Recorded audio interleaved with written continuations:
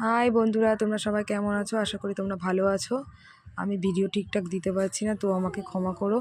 আমি চেষ্টা করছি। দুজনেই আমার ছেলে দুজনেই শরীর ভালো না, এবং তোমাদের একটা ভিডিওতে বলেছি মনটাও ভালো নেই। তো যাই হোক, চেষ্টা করছি যাতে তোমাদের সঙ্গে সবসময় আমি অ্যাক্টিভ থাকতে পারি। তো যাই হোক, তোমরা সবাই আমার পাশে থেকো, হ্যাঁ, আমাকে একটু সাপোর্ট করো। তো যাই হোক, অনেক কথাই বলে ফেলেছি, তো আমার রেসিপিটাও এদিক দিয়ে শুরু হয়ে যাচ্ছে, আমি বলি। তো যাই হোক, এই দেখো, প্রথমে শিমগুলো কেটে নিয়েছিলাম, কেটে ধুয়ে রেডি করে তো কড়াইতে সর্ষের তেল দিয়ে তাতে কালো জিরে ফোড়ন দিয়ে শিমগুলো ছেড়ে দিয়েছি। ছেড়ে দেওয়ার পরে একটু ভাজা ভাজা হলে তাতে আমি লবণ আর হলুদ দিয়ে নাড়াচাড়া করে একটু ভেজে নিতে হবে।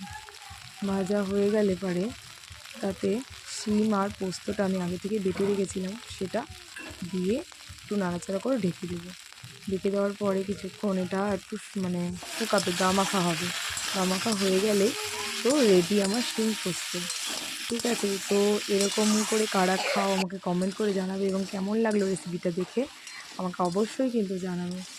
আবারও বলছি, আমার পাশে থেকো, আমিও সবার পাশে থাকতে চাই। টাটা, আবারও তোমাদের সাথে অন্য কোনো রেসিপি নিয়ে শেয়ার করব।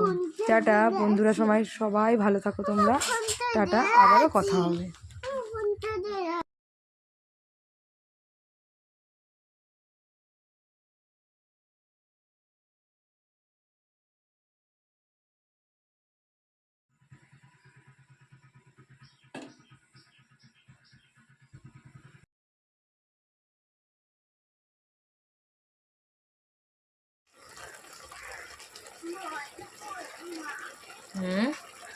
চটি